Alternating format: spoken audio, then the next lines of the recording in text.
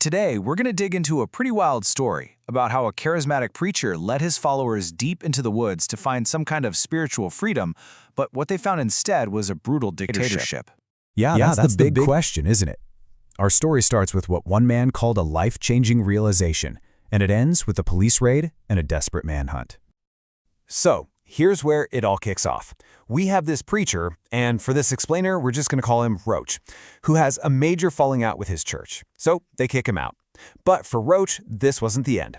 Oh no, he saw it as this, divine sign to start something brand new all on his own. So getting kicked out didn't stop him. In fact, it just lit a fire under him. It became this rallying cry for him and his most devoted followers to just forge a new path, far away from the society that had just rejected them. And he wasn't going alone. He managed to convince 12 of his most loyal followers to come with him.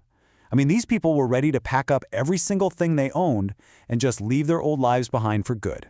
So where were they headed?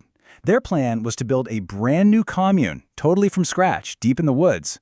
The whole point was complete and total isolation, a place where his word was going to be the only law that mattered. And at first, it was probably exactly what they wanted. They left the city, started this new life out in nature.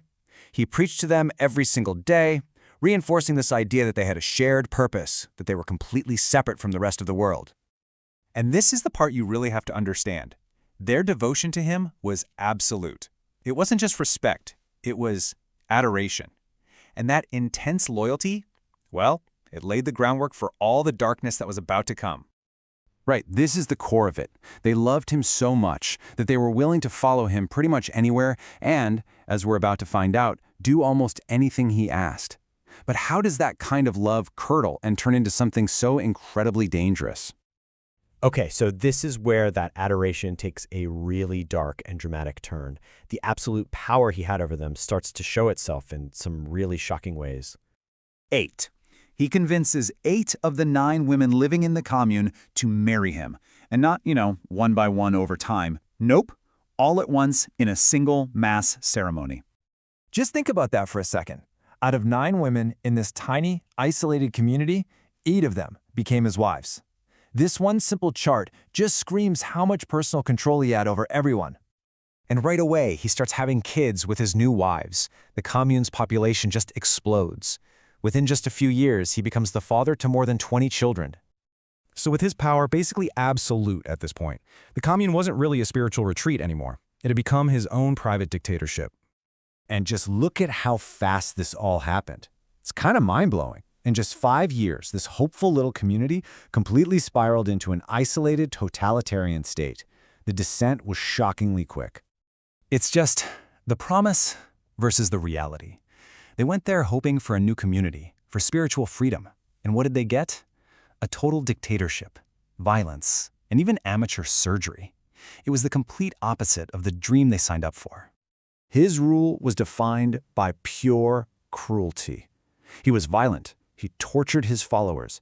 And get this, in this terrifying display of power, if someone got sick, he would perform surgery on them himself, with no medical training at all.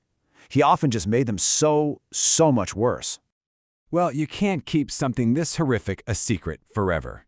Eventually, word about the atrocities happening out there in the woods started to leak out, and the outside world was forced to intervene. So the police finally move in and raid the compound. But Roch, he's gone, vanished. This kicks off a massive 6-week manhunt to find him. But in the end, they got him, they found him, and his reign came to a very abrupt end.